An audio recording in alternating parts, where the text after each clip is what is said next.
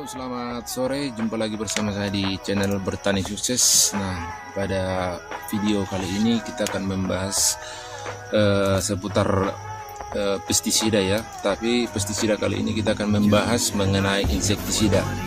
Nah, insektisida yang akan kita bahas yaitu insektisida Dapat 75 SP. Nah, insektisida ini adalah untuk membunuh hama pada tanaman budidaya baik cabai, tomat dan lain sebagainya. Namun untuk kali ini teman-teman yang akan kita gunakan untuk tomat dan cabai karena ini yang kita tanam pada saat ini. Nah, untuk insektisida Dapat ini sendiri teman-teman, dia bahan aktifnya dari asefat. Asefat ini golongan dari pyrethroid. Pyrethroid ini ada berbagai jenis bahan aktif ya, seperti salah satunya asefat, itu profenofos, dan salah satunya juga diazinon dan chlorpyrifos. Nah, ini golongan dari pyrethroid.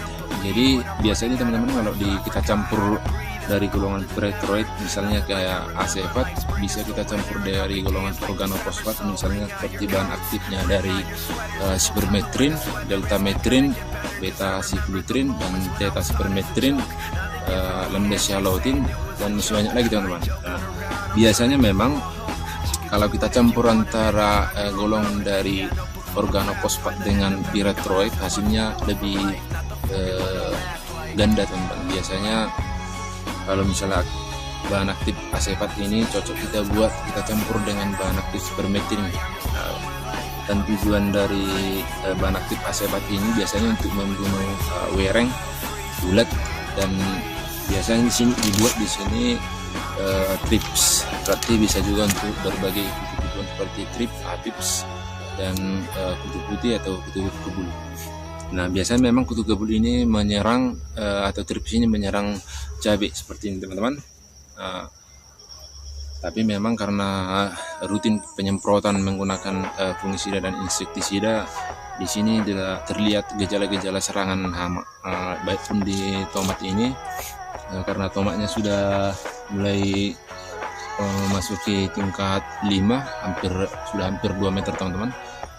Belum kelihatan memang, karena setiap hari ataupun sekali 2 hari kita cek ya. Kalau penyemprotan memang 2 kali seminggu. Nah, untuk insektisida ini teman-teman, kalau boleh saran kami dari channel Bertani Sukses, memang perlu kita buat berbagai jenis bahan aktif yang berbeda, bahan aktif yang berbeda dan golongan yang berbeda pula teman-teman. Jangan kita gabung misalnya golongan bahan aktif dari asefat dicampur dengan profenofos, campur dengan diazinon, itu sama juga memang dari satu golongan, beda bahan aktif. Misalnya dari profenofos seperti kuratron, kalau dari diazinon ya ada juga diazinon. Jadi kalau misalnya kita gabung semua yang 3 ini, memang 3 juga jenis bahan aktif yang berbeda tapi golongan yang sama. Kalau bisa bahan aktif yang berbeda dan golongan yang berbeda pula, teman-teman harus paham mengenai hal ini. Apa-apa saja golongan yang sama ataupun bahan aktif yang sama dan golongan yang berbeda. Jadi kalau bisa kita campur golongan dari organofosfat dan pyrethroid, itu yang paling bagus. Contohnya profenofos dengan spermetrin, bisa juga teman-teman diazinon dengan spermetrin. Jangan dicampur antara asefat dengan profenofos atau asefat dengan diazinon, sama aja memang tidak direkomendasikan.